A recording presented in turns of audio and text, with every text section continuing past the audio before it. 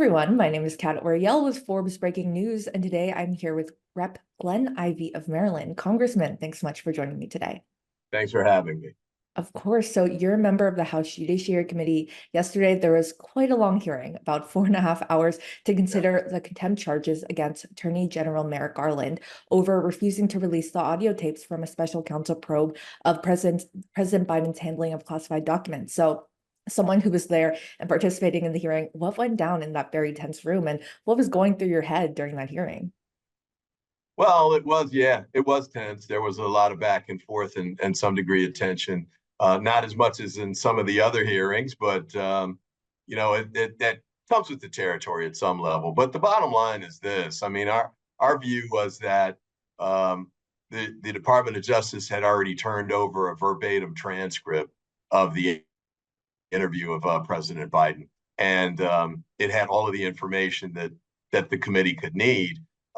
It's, I think, clear at this point that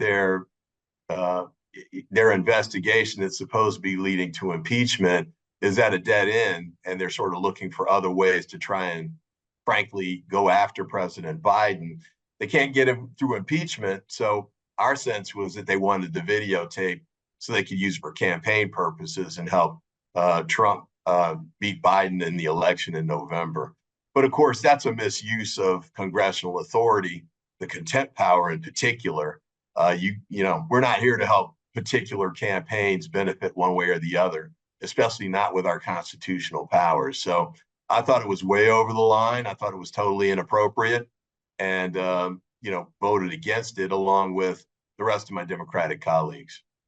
Right. I know, as you alluded to, the arguments from a lot of Republicans is that Biden is afraid of letting voters hear the tapes, raise further questions about his memory and age. So, there's a fear that the tapes could be manipulated, used for political ends. So, but what do you say to the people who still think that that's not enough? People who say, if Biden has really nothing to hide, just release the tapes, even though, there already is that transcript out.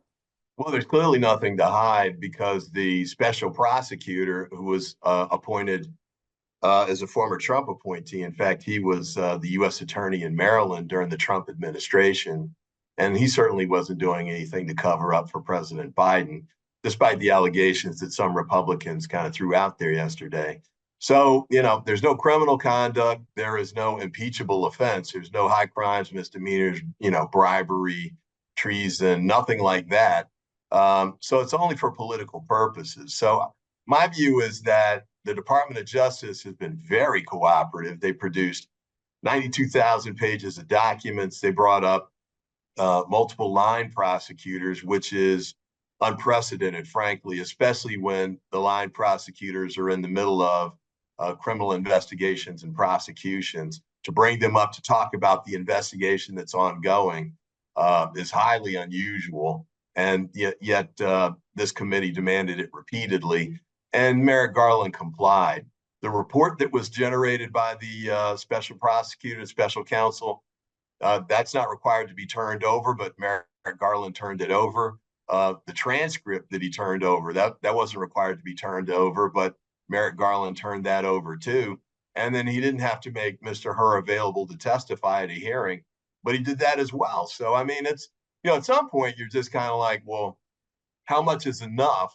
And clearly they've got enough to the extent there was any kind of legitimate investigation going on, but it's really not our place to be, using our congressional authority and constitutional powers to aid either candidate one way or the other in a presidential campaign. Mm-hmm. It was interesting that during some of your remarks, you were also unafraid to mention two Democrats, actually, a senator from New Jersey, a rep from Texas, who have also been indicted by the DOJ. So what is Republicans' response when you bring that up? Are they willing to concede, okay, yes, the DOJ has gone after two Democrats, or are they still honing in on the argument that the DOJ is only targeting Republicans unfairly? Yeah, they didn't really respond to that because, what can you say? It's clear those cases are moving forward. They're very serious prosecutions in federal court. And in addition, when they sort of made this argument about, Trump was charged for retaining the documents, but Biden wasn't. So that therefore must mean that it's political bias.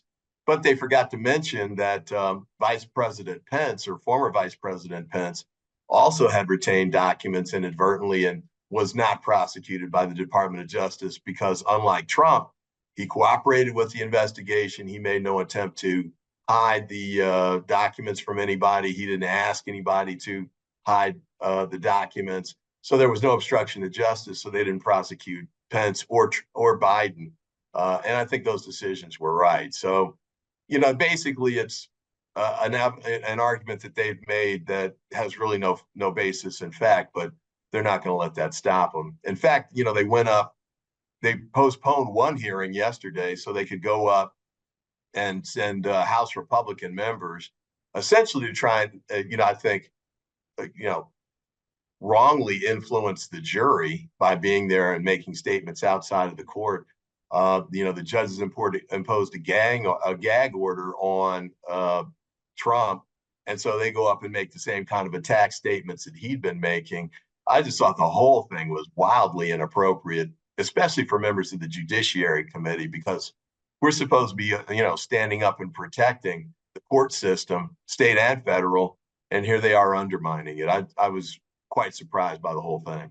Is that a concern that you raise? I'm just curious how the committee as a whole communicates with one another. As someone who watches it regularly, I'm just always so curious if it is in person as acrimonious as it seems. I know you already alluded to it earlier as well, maybe not as bad as the House Oversight Committee. I'm also curious to hear your thoughts on everything that went down, but what is it like? Is it at all cordial between that committee?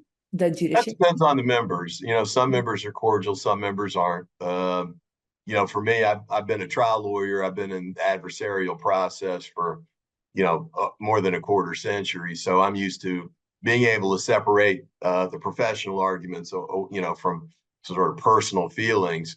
But a lot of my colleagues are not, and so these things can go south quickly. And as you saw with the oversight hearing yesterday, turn into very personal attacks, which I think are, undermine the process and keep us away from actually doing the people's business. So, hopefully we can focus on the merits. And I think the Republicans did not yesterday, but, we keep pushing to make them do that. And I think ultimately, as I said yesterday during the hearing, maybe this just has to go to court. Maybe they just need to hear it from a federal judge sitting there, neutral and objective, and tell them, Garland's done way more than he needed to do here. There's no basis for you to hold him in contempt, especially not criminal contempt. I just think it's over the top and sets a very bad precedent moving forward. Right. So after the hearings yesterday, the House Judiciary and Oversight Committees are moving forward with the contempt charges. So as far as do you know what comes after this? How do you think the full House will proceed? Well, the full House will vote it out, probably on a party line vote. Then it goes, ironically, to the Department of Justice to present to a grand jury if they think that's appropriate. My expectation is that, of course, they won't think it's appropriate to present criminal charges against, I guess, Attorney General Garland for this, and that might get challenged. But I'm thinking that at some point, I hope it gets in front of a judge. We can raise these arguments. The executive privilege argument that the White House raised, the Department of Justice raised, wasn't really even discussed yesterday, much less undermined or disputed by the Republicans. And they have an obligation to do that. If you're going to move forward with criminal contempt charges, you should at least explain why the executive privilege doesn't apply here. So you mean the Republicans should make the argument as to why the executive privilege does not apply in this case. So what is your view of that? Do you think that the executive privilege being used to block the tapes is completely justified?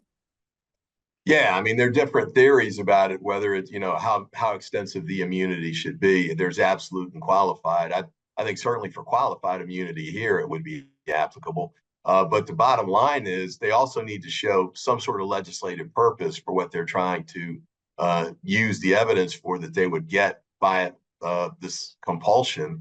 And as I mentioned before, they already have the verbatim transcript, the audio tape, and the disputed language was about the president trying to remember the timing of the death of his son. Clearly, that's not a substantive issue that would go to impeachment in any way. It doesn't shed any light on high crimes, misdemeanors, bribery, anything related to the constitutional standard for impeachment.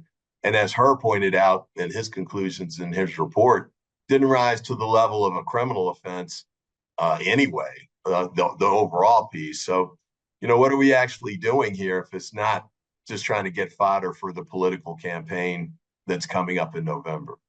Well, thank you for breaking that down for me. In our last few minutes together, I do want to completely switch topics and talk about the Maryland primary that took place on Tuesday. You endorsed Prince George's County Executive Angela Alsobrooks for Senate. She went on to beat your colleague David Sharon. So what do you think has made Alsobrooks the best person to replace retiring Senator Ben Cardin?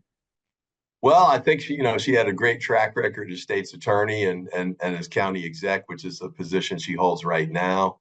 I think she ran an excellent campaign. The grassroots part of it was apparently outstanding. She only raised, like 8-9 million or somewhere in that range. David Trump spent over $60 million on his campaign, and still, she won by 10 points. So I think it shows her staying power and strength among voters across the state at this point. And I think it also means that Larry Hogan is going to have a real tough time overcoming the high number of voters that supported her already.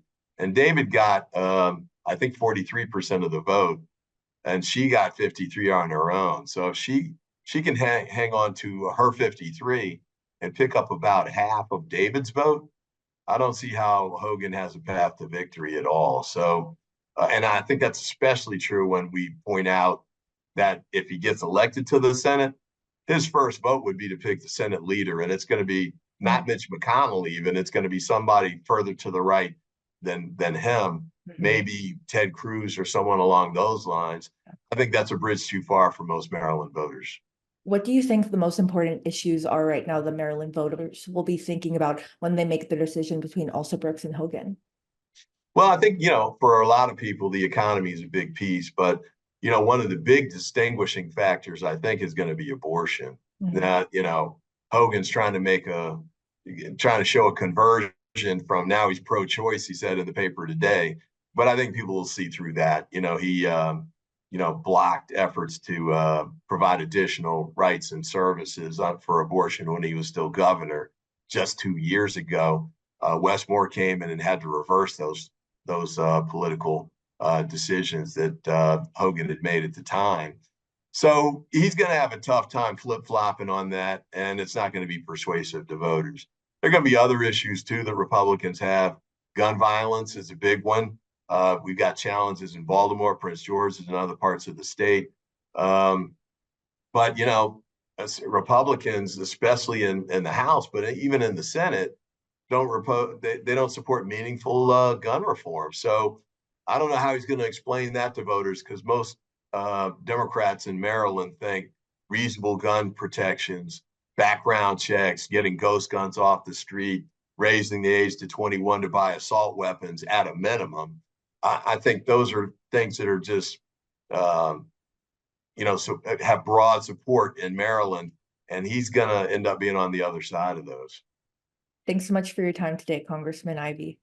Thank you. Appreciate it. Appreciate it.